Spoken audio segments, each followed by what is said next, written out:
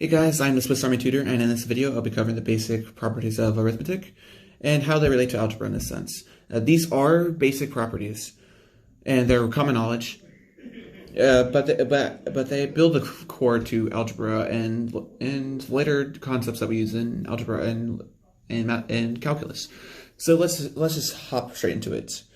So, if you guys remember from a previous video, we had talked about the order of operations. We have addition, subtraction, multiplication, division, and those are the four basic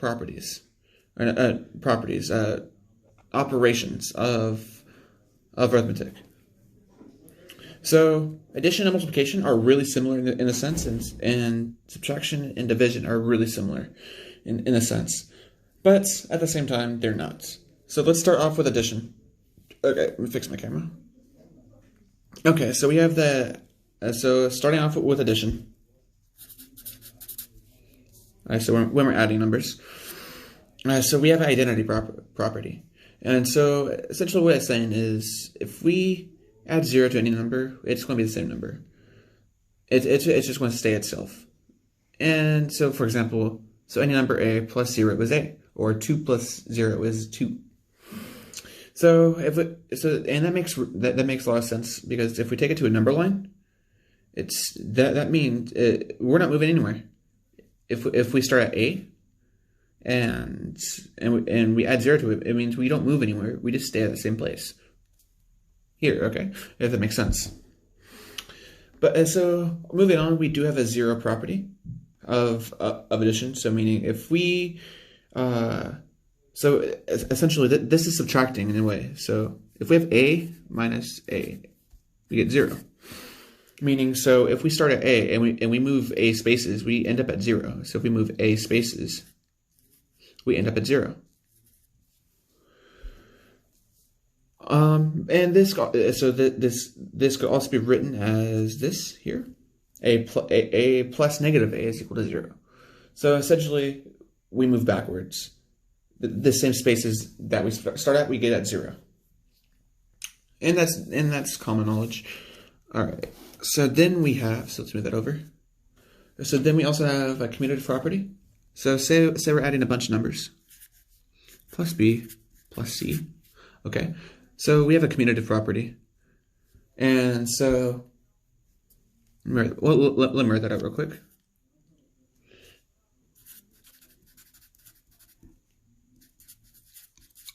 So essentially, this says we could change the order of any number of the numbers being added, and we still get the outcome. So I'll give you an example. 3 plus 1 plus 2 is the same as 2 plus 1 plus 3. Okay, and that's 6, and that's 6. Okay. So also moving on. So just recap that one before we move on. So we can add any numbers, as we can move around any numbers being added, and it'll be the same. So we also have we also have associative property. So associative.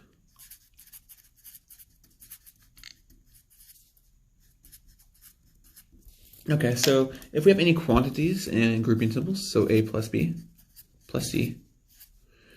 Oops, sorry. Okay, so essentially what it says is if we have a plus b plus c, we can move the grouping symbols around and we still get the same outcome. So a plus b, but b and c are in the grouping symbols. And they're still equal, essentially.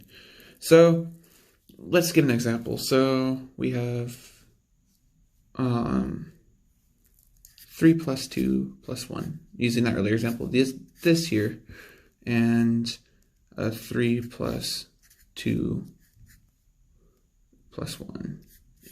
All right. So that still gives us 6. That still gives us 6. And that's where we get the basic properties. So using the order of operations, that's how we can move things around to ease things up. All right, so now multiplication has similar properties. So multiplication, let's get a new piece of paper. Sorry about that, guys. Fix the camera. All right, so multiply. So we have identitive. Okay, so we have so pretty much it says any number times itself is 1. So if you guys remember from first or second grade, when you guys were first learning your guys' multiplication tables, all the one section, everything was the same, pretty much. 1 times 1 is 1. 2 times 1 is 2. And essentially, so essentially, we're just multiplying by 1 in this case, and it's the same number. So 2 times 1 is equal to 2. All right, and it does have a 0, and multiplication does have a 0 property as well.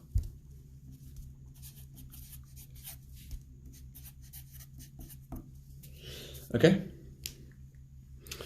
so pretty much it says any number times itself is equal to 0. Or sorry, not any number multiplied by 0 is 0. In that case, because we're trying to.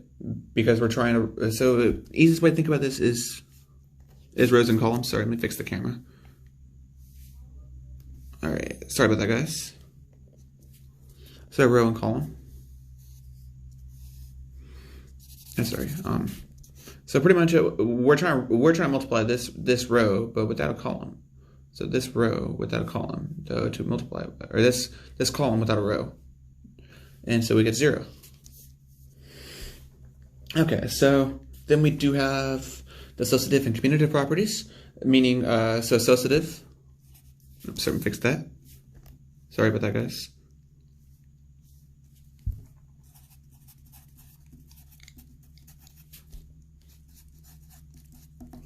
Okay, so pretty much, if we have A plus, so A times B times C, we can move any group of symbols around for multiplication. So we have A times the quantity of B times C, and they're equal. So let's just use some random numbers. So 4 times 2 times 3. These in group of symbols, and so 4 times 3 times 2, and that's 24, and that's 24. Okay, so, and we also have the commutative property. Let's move this up over a little bit. Sorry about that. Move this down over.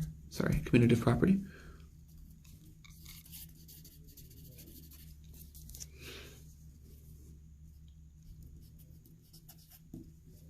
Commutative property. So pretty much A times B times C is equal to B times C times A. So we can move around the multiplication as well with so any numbers that we are trying to multiply out, we can move them around to get different outcomes. Similar to addition. So that's 3 times 2 times 1 is equal to 1 times 2 times 3. We could just move it around. So that's 6 is equal to 6. Now, we do have one more for multiplication, and it's the distributive property. Okay, so let me get a new sheet of paper to actually describe this. Let's move the camera back up a little bit. Sorry about that, guys. Camera moved on me. So, distributive property.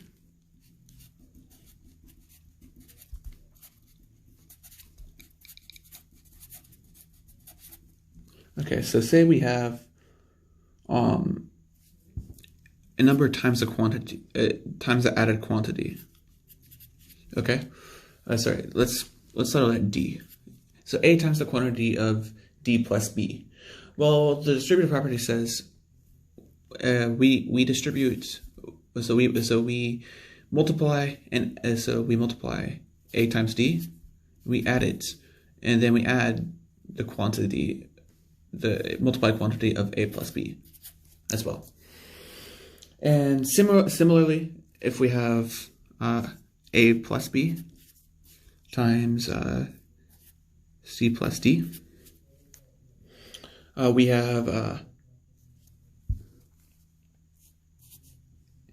a plus b plus ac plus bd plus bc. So essentially, one whole term, and so everything in here gets multiplied and added to this term over here. And these are these are used all the time, especially in order of operations, and it's used all the time when we're trying to expand a factor, when we try to expand polynomials, and it's also this idea is used to factor things out, to reverse it. So let's move on to division. Now even though you guys might be thinking, okay, they're going to be the same, but they're going to have the same division, same properties. But so multiplication and division do not have a commutative and associative property because it gives us different outcomes. So let's move on to subtraction.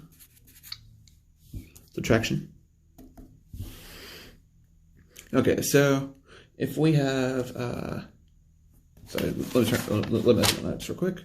So all we have is a zero property. So a minus 0 is equal to a. And that makes sense too, because if you look at the number line, subtraction says we move backwards on a number line. Well, we don't at all, so we just stay in spot. So it's going to stay the same. And if we so also we have a so that's 0. Sorry, identitive. We also have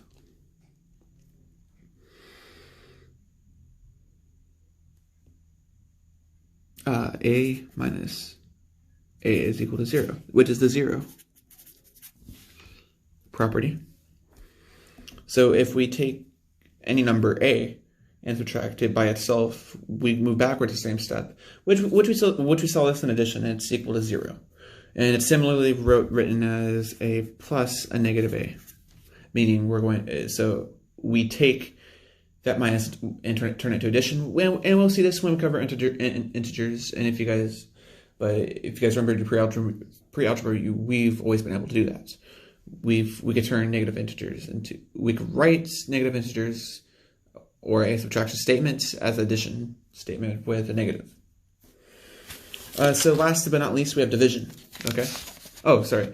Let me actually show you guys why we don't have a commutative and associative. So a minus b minus c does not equal a minus b minus c. All right, so and the reason why I say that is, so let's use some random numbers. 2 minus 3 minus 4. 2 minus 3 minus 4. So this one is, so by order of operations, we do the inside first and then subtract. So that's negative 1. So negative 1 minus 4 is negative 5.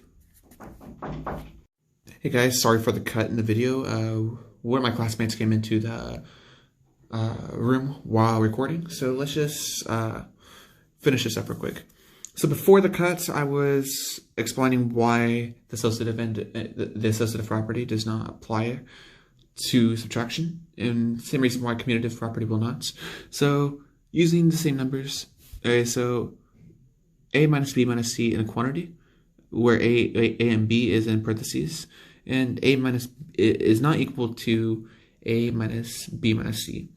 Well, by order of operations, 2 minus 3 is negative 1 first. We do that first, and then we subtract 4 from it, which is negative 5. So now we do the order of operations here. 3 minus 4 is negative 1. All right, and then so 2 minus -1 is equal to 3. So in mathematics, we call that proof by contradiction. Or sorry, not proof by contradiction, but that's just an example. It's not. It's an actual proof. All right, so we have associative property. Okay. So why does associative property not work? Sorry, let me move my camera. Get that fixed.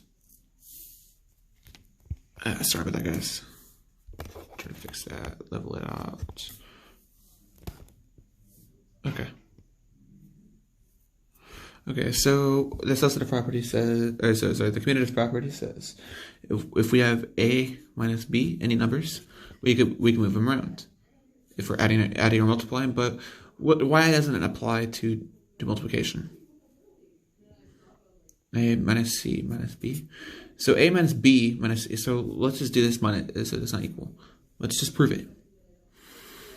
So 3 minus 2 minus 1, and we have 2 minus 1 minus 3. So 3 minus 2 minus 1 is equal to 0. 2 minus 1 is 1 minus 3 is -2. So there you go. It's because of the order of operations. We move from left to right, and because we're moving backwards on the number line, it really doesn't matter. So that's pretty much it for subtraction. Now we have division. Okay, so first off, so division.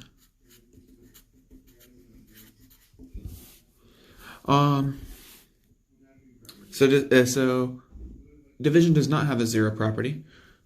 So a over 0. So division in its actual form does not apply. The multiplication properties does not apply. So a over 0 is undefined, actually.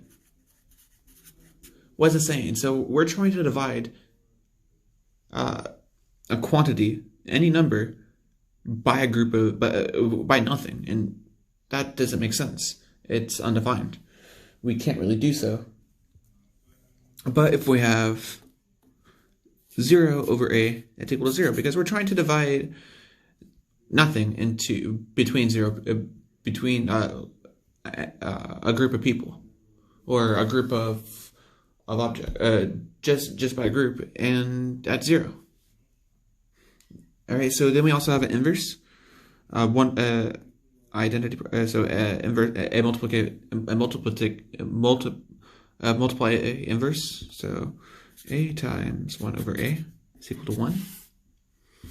So pretty much, if we multiply by the reciprocal, we get 1. But there's also one more thing we could always do. We could turn. So if we have 1 over a, so if we have a division statement, okay, we can always turn that to a multiplication. So if we have 1 divided by a, we can always turn this to 1 over a times something. So 1 over a times a quantity, so MC. We could turn that to a 1 over a times c. Okay? And that'll be it. So in the next video, we'll start covering actual algebra topics. I'll see you guys next video.